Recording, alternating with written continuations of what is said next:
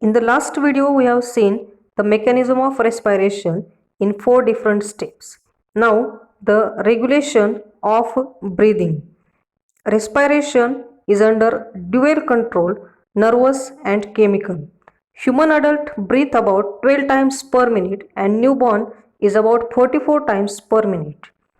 The normal breathing is an involuntary process. Steady rate of respiration is controlled by neurons, which are located in pons and medulla of brain, which are known as respiratory center. These respiratory centers they regulate the rate and depth of breathing. These respiratory centers are divided into three groups: the dorsal group of neuron in medulla, ventral lateral group of neuron in medulla, and pneumotaxic center in pons. This diagram shows the location of pons and medulla and where these breathing centers they are get located. How the process is get controlled. During inspiration, when the lungs expand to a critical point, the stretch receptors are stimulated and impulses are sent along with the vagus nerves to the expiratory center. The expiratory center send out inhibitory impulses to the inspiratory center. Inspiratory muscles relax and expiration follows.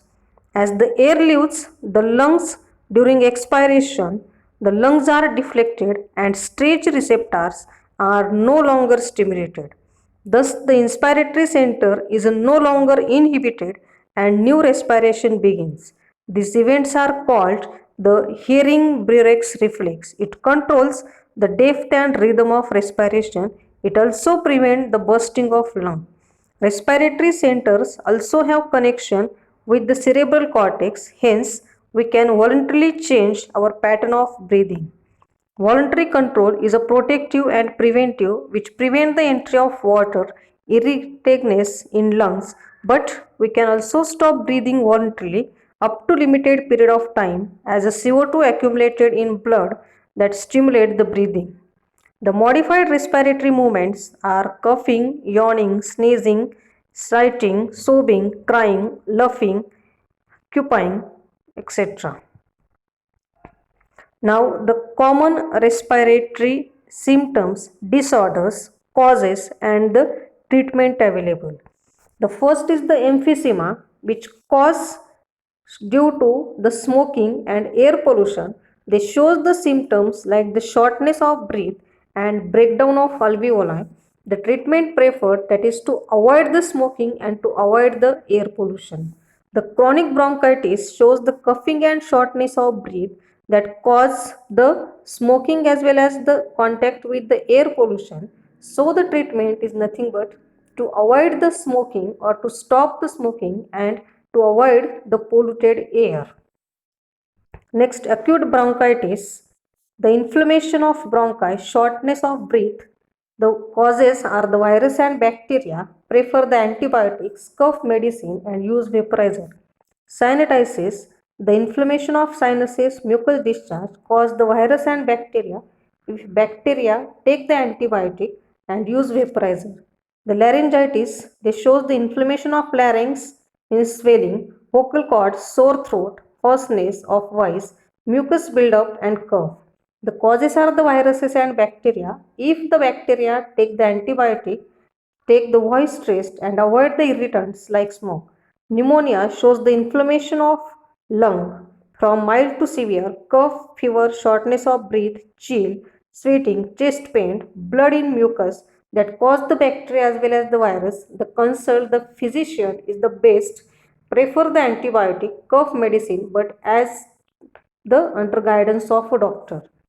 Asthma, constriction of bronchioles, mucus buildup in bronchioles, periodic wheezing, difficulty in breathing shows the symptoms, and the causative or agent are nothing but the allergenic factors present in environment. They may be the pollen grain, may be the dust particles, some foods, the hair particles, etc. The treatment is use of inhalants to open passage away, avoid irritants. The occupational respiratory disorder, that is the silicosis and asbestosis, the symptom shows the inflammation, fibrosis, lung damage. The causes are the long-term exposure to the dust particle like silica and asbestos particle during the occupation means the persons which are mostly working in the asbestos industries and silicos industries, they are suffering from that type of the disorder, and shows the treatment, that is the use the protective masks and gear during the work. Next is the artificial ventilation. It is also called as the artificial method because it requires the external sources. That method includes the breathing in a person when natural respiration is get failed. It is used to prevent the death due to drowning, choking, suffocation, electrical short, or some other problems. For giving the mechanical ventilation, two steps are followed. The first, establishment and maintaining an open air passage from the nostril to lung, then force inspiration and expiration as in mouth to mouth or by a mechanical means like ventilator.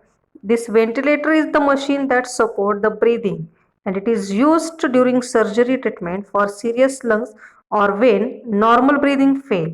It is used in hospital as a part of life support system that follows the get oxygen into the lungs, removes CO2 from the lungs and helps the patient for breathing.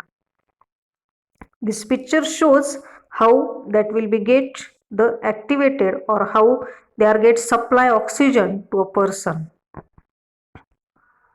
The next, transportation in living organism. Organisms take up oxygen and nutrients from the surrounding. This circulated within the body for various metabolic activities, and the waste generated within are gives out into the surrounding.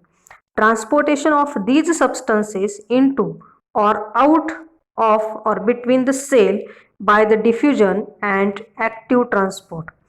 Intracellular transport, the steaming movement of cytoplasm within a cell, is shown by all living organisms, that is the paramecium, amoeba, root hairs of cells, plants, WBCs.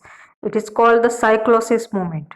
The extracellular transport, in sponges and coelentrates, the surrounding water is circulated through the body activities.